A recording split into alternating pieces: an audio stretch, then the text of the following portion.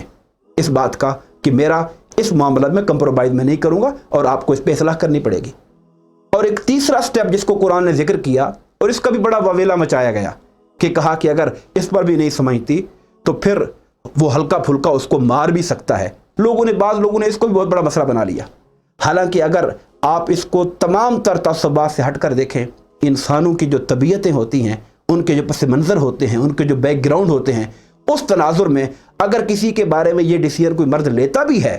بشرطے کہ خوف خدا، عدل، انصاف اور شریعت کے دائرے میں رہ کر کرے، جانور نہ بن جائے، وحشی نہ بن جائے.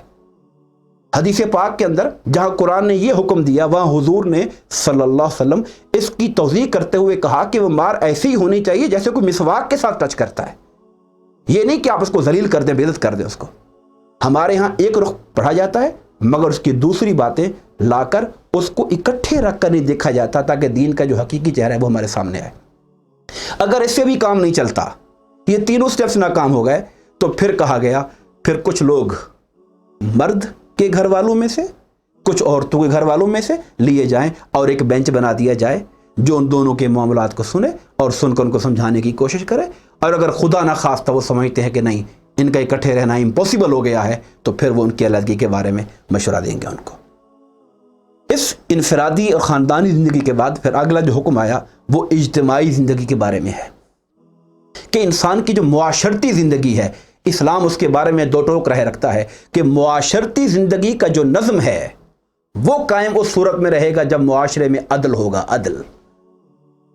معاشرتی زندگی عدل کے بنا قائم نہیں ہو سکتی. اگر بالادست لوگ اور اتھارٹی والے لوگ نیچے والوں پر ظلم کرنا شروع کر دیں گے تو وہ ظلم ایک حد تک برداشت ہوگا، پھر اس کے خلاف بغاوت پیدا ہو جائے گی،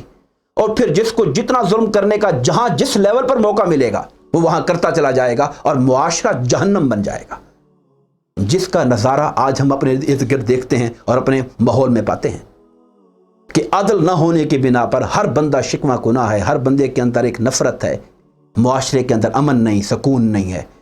ہمارے ہاں جو کچھ ہم دیکھ رہے ہیں معاشرے کے اندر بے روی، اس کی بنیادی وجہ یہ ہے کہ ہمارے ہاں اجتماعی سطح سے لے کر انفرادی سطح تک، نجی زندگی سے لے کر قومی زندگی تک ہمارے معاشرے میں عدل کو نہیں رکھا گیا، عدل قائم نہیں رکھا گیا. اور اسلام تو عدل سے بھی آگے چڑھ کر پھر کہتا ہے کہ نہیں، احسان کا رویہ اپناؤ.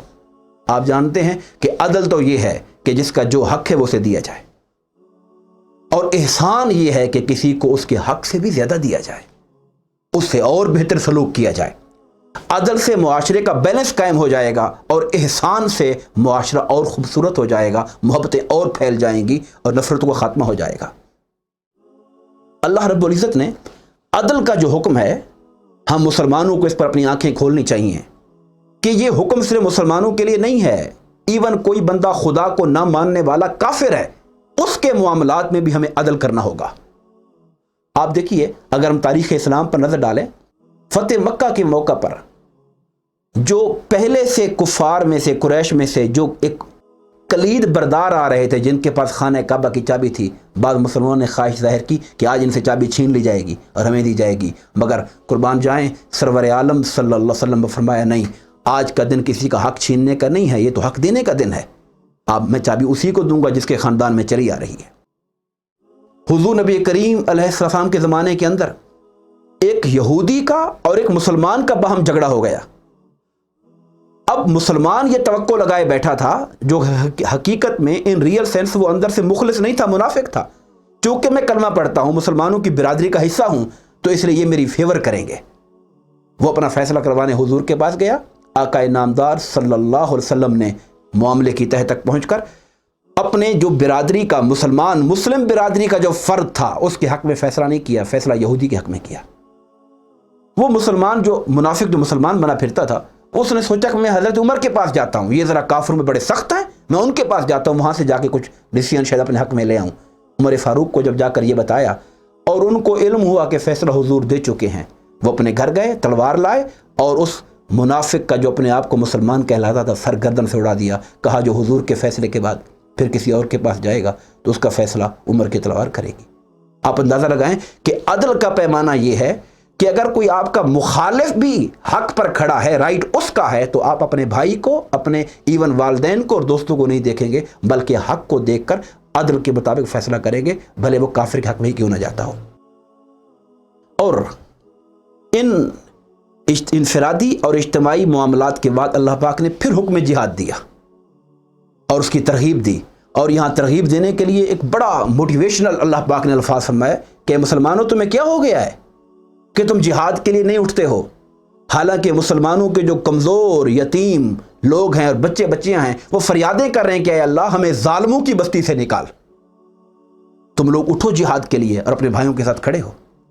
میں یہاں پر یہ واضح کرنا چاہوں گا، ہمارے ہاں جہاد بھی وہ کنسیپٹ ہے جس کو انتہائی برے طریقے سے اور نامناسب انداز سے لوگوں کے سامنے پیش کیا گیا. ہر جہاد کا مطلب لڑائی اور قتال، اور مسلمانوں کو ساتھ ایسے اٹیچ کر دیا گیا ہے کہ جہاں پر دنیا میں کوئی فتنہ غارت کوئی قتل ہوتا ہے وہ لوگ اس میں اسلام کے ساتھ اس کو نتھی کر دیتے ہیں. حالانکہ اسلام وہ دین ہے جو دنیا میں سب سے زیادہ امن کا پیغمبر ہے، امن کا پیغام دیتا ہے. جہاد کا جو لفظ ہے یہ جہد سے نکلا ہے، جس کا معنی ہوتا ہے ایفرٹ کرنا، کوشش کرنا. آپ اپنے مال کے ذریعے بھی معاشرے کی جو ویلفیئر ہے اس کے لیے کام کرتے ہیں، یہ جہاد ہے. آپ کو اللہ نے علم دیا ہے، آپ لوگوں کو جہالت کے اندھیروں سے نکال کر ان کو معلومات دیتے ہیں، یہ جہاد ہے. اللہ رب العزت نے اگر آپ کو جسمانی طاقت دی ہے، آپ کمزوروں کا سہارا بنتے ہیں، یہ جہاد ہے. علم کے ساتھ جہاد ہے. اللہ نے آپ کو اگر ادیب بنایا ہے، آپ لکھ سکتے ہیں، آپ لکھ کر، کالم لکھ کر، کوئی مضمون لکھ کر، کوئی ایسے لکھ کر لوگوں کو موٹیویٹ کرتے ہیں اور ان تک فروغ شعور کی بات کرتے ہیں، یہ آپ جہاد کر رہے ہیں. اور وہ ایک آخری شکل ہے کہ جب کوئی لوگ آپ کے خلاف کھڑے ہو جاتے ہیں، آپ کو دباتے ہیں، آپ کی آزادی کو سلب کرنے کے درپے ہو جاتے ہیں، آپ کے دین و ایمان پر پابندیاں لگاتے ہیں، وہاں آپ اپنی ایمان، اپنی دین، اپنی جان کے تحفظ کے لیے لڑتے ہیں. وہ ایک آخری درجہ ہے جس کو جہاد بالنفس کہتے ہیں اور قتال کہتے ہیں. بدقسمتی یہ ہے کہ وہ جو آخری لیول کا درجہ ہے جس کا مقام انسانی زندگی میں کبھی آتا ہے، اس کو ہم نے ٹاپ پرائرٹی پہ آگے رکھا ہوا ہے، اور جد و جہد کی جو باقی صورتیں ہیں وہ زندگی میں نظر نہیں آتی ہیں، اور ہم اس کو صحیح تصور لوگوں کے سامنے اور ساری دنیا کے سامنے پیش نہیں کر سکے. اللہ رب العزت نے مسلمانوں کو اس پر موٹیویٹ کیا، اور جہاد کا ذکر بھی قرآن نے کیا اور قتال کا ذکر بھی قرآن نے کیا. قتال کا معنی وہی ہوتا ہے کہ جب آپ کسی سے جنگ کرتے ہو اور ان سے لڑائی کرتے ہو، اس میں بھلے آپ کی اپنی جان چلی جائے یا دشمن لڑتا ہوا مارا جاتا ہے، اس کے بھی ذکر کیا، مگر اس کی اپنی شرائط ہیں، اس کا اپنا ایک نوعیت ہے، اس کے اپنے تقاضے ہیں. ہم ان شرائط، ان تقاضوں کا لحاظ کیے بغیر ایک گروپ اگر کھڑا ہو جاتا ہے تو یہ دین کی صحیح تعبیر نہیں ہوتی، بلکہ دین کو اس کا نقصان پہنچتا ہے اور مسلمان اس کی سزائیں بھگتتے رہتے ہیں. اللہ رب العزت نے جہاں کفار کے خلاف جنگ اور جد و جہد کا حکم دیا، وہاں منافق جو ہمارے اپنے معاشرے میں آستین کے سام بن کے رہتے ہیں، ان کی طرف بھی متوجہ کیا کہ ان کی سرگرمیوں پر نظر رکھو کہ وہ آستین کے سانپ ہیں، وہ تمہیں زیادہ نقصان پہنچائیں گے. اور مدینہ منورہ کے پس منظر کے اندر یہی وہ لوگ تھے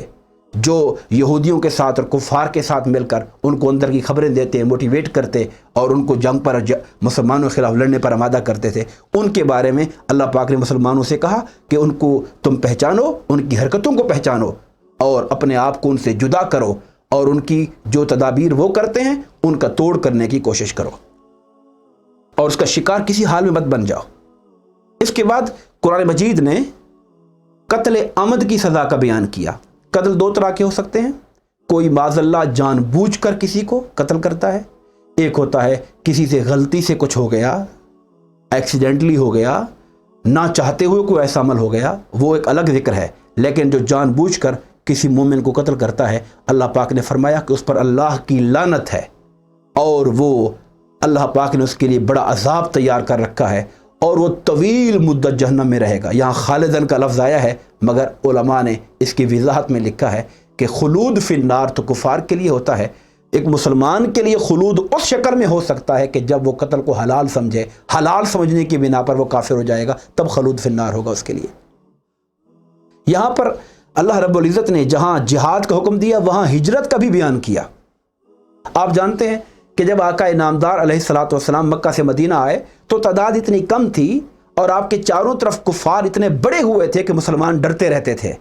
تو پھر حکم دیا گیا کہ جو خطہ عرب میں جو مسلمان ہوا ہے، مکہ والے یا جہاں پر کہیں، انہیں چاہیے کہ وہ اپنے دین اور مسلمانوں کی ریاست کے تحفظ کے لیے ہجرت کر کے اپنے شہر چھوڑ کر مدینہ کے اندر آ جائیں۔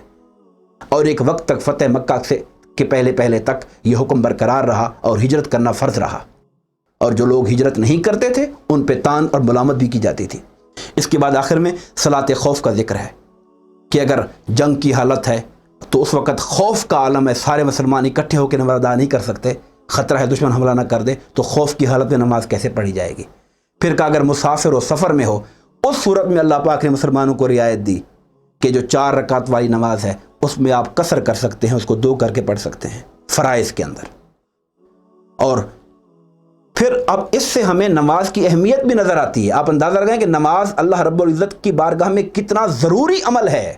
کہ آپ حالت جنگ میں ہیں، جان کا خطرہ ہے، تب بھی آپ کو نماز چھوڑنے کی اجازت نہیں ہے۔ آپ حالت سفر میں ہیں، ایمرجنسی بھی ہے، مگر تب بھی نماز چھوڑنے کی اجازت نہیں ہے۔ رعایتیں دے دیں، سہولتیں دے دیں، تھوڑی شکلوں میں آسانیاں پیدا کر دیں، لیکن بہرحال نماز پڑھنی ہوگی ہمیں۔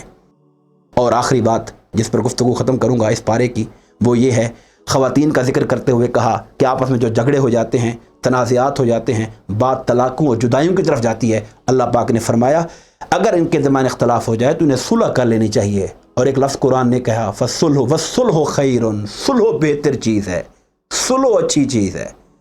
اور یاد رکھیے، ہمارے باہمی دوستوں کے معاملات ہوں، بھائیوں کے معاملات ہوں، میاں بیوی کے معاملات ہوں، خاندانی معاملات ہوں، ایون مسلم برادریوں کے معاملات ہوں، ملکوں کے معاملات ہوں،